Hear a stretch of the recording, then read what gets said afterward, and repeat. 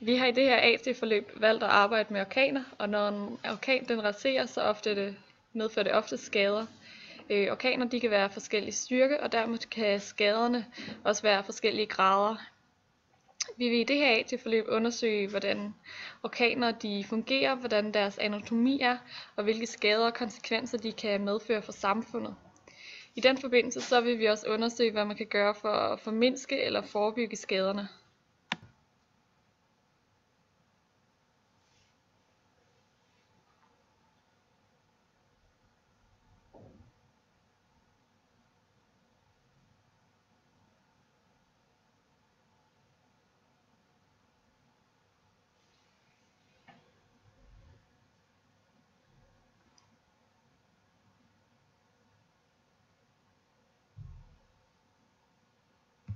For at finde ud af, hvad en orkan den består af, så har vi undersøgt en del hjemmesider og er kommet frem til blandt andet det her billede, hvor vi kan se inde i midten, der har orkanen dens øje, hvor at hvis vi kigger længere ned hernede, der kan vi se, at vindhastigheden derinde, den er meget lav.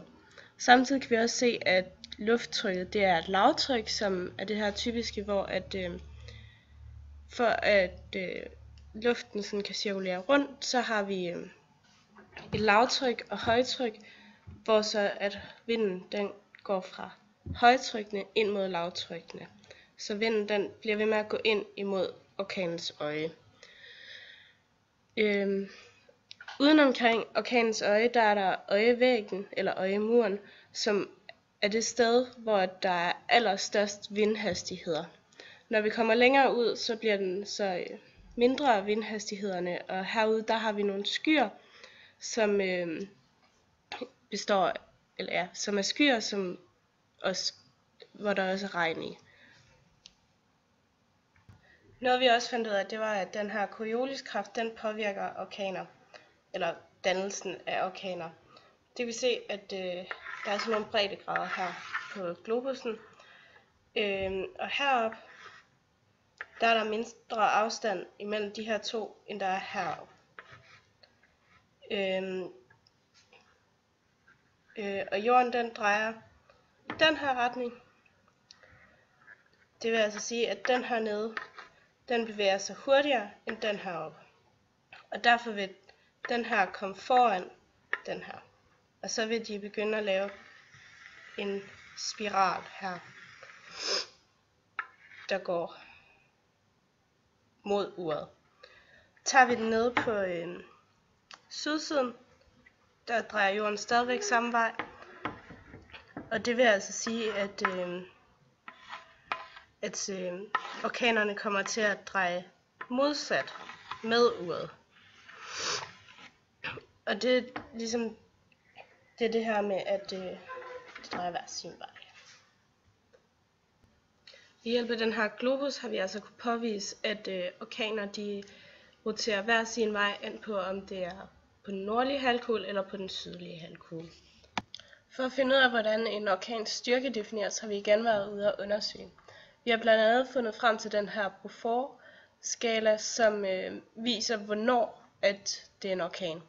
Det er det op i styrke 12, og det er, når det er over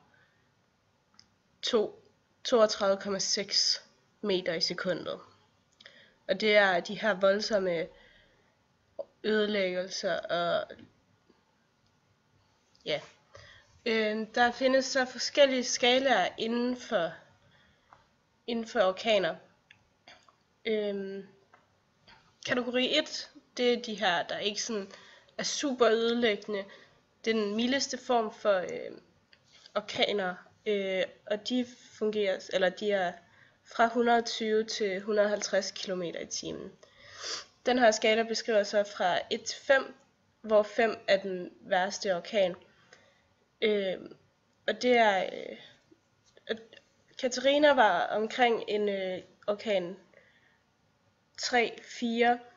Udover vand var den en 5'er, og da den så kom ind under land, der var den 3-4 stykker. Så den har været rimelig ødelæggende, og det vil man også kunne se på de billeder, vi viser senere.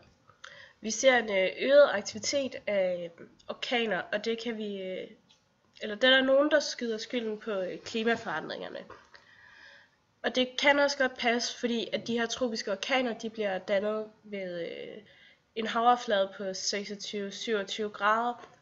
Og eftersom at ozonlaget det ikke har det så godt længere, og havene bliver mere opvarmet, så vil overfladetemperaturen typisk være højere, og så vil der kunne blive dannet flere orkaner.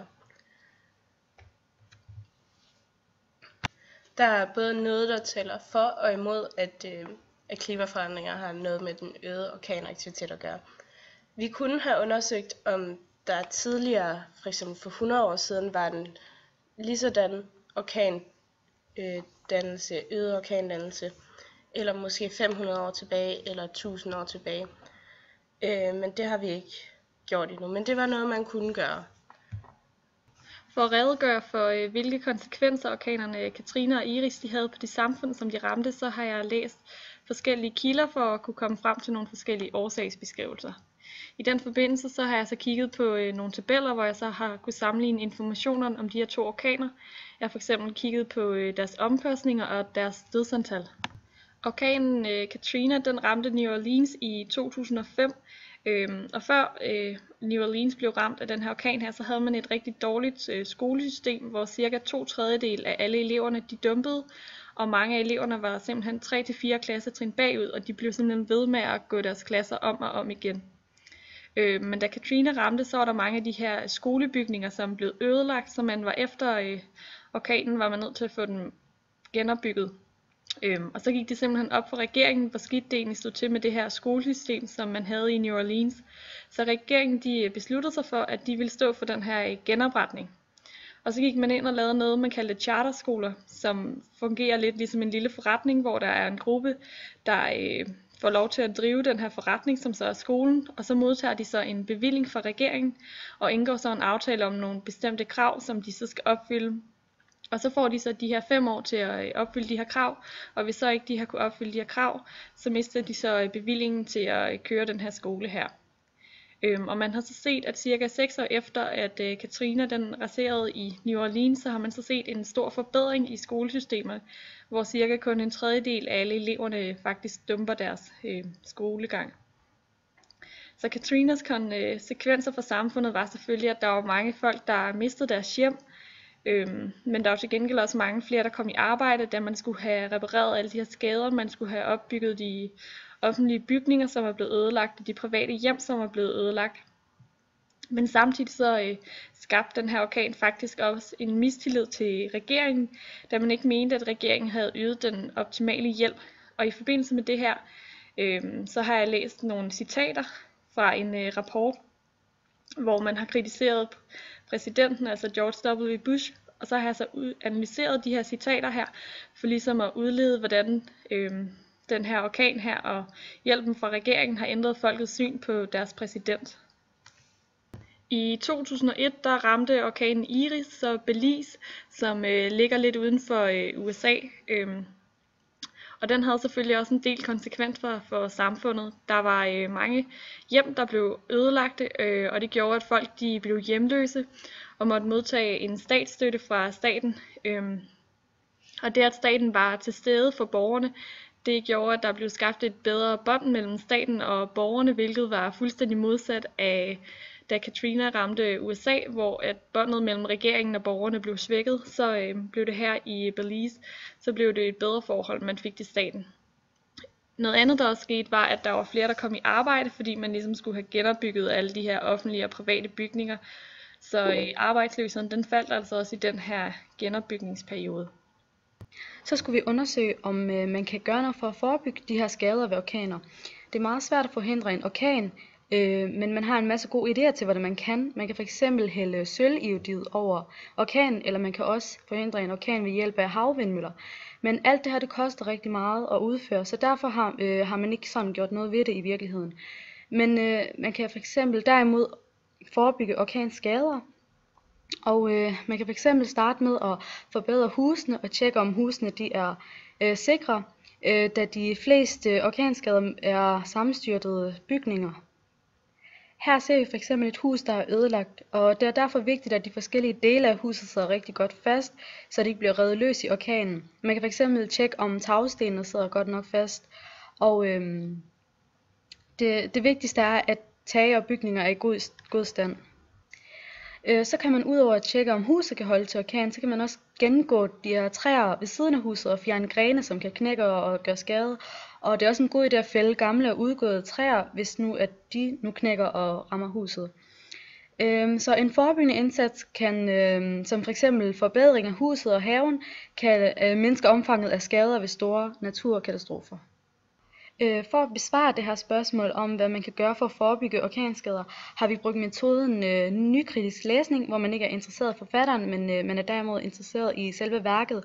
Og i det her tilfælde har vi læst en artikel på en hjemmeside, som med det formål at få noget mere viden om orkanskader, hvad man kan gøre for at forebygge de her orkanskader.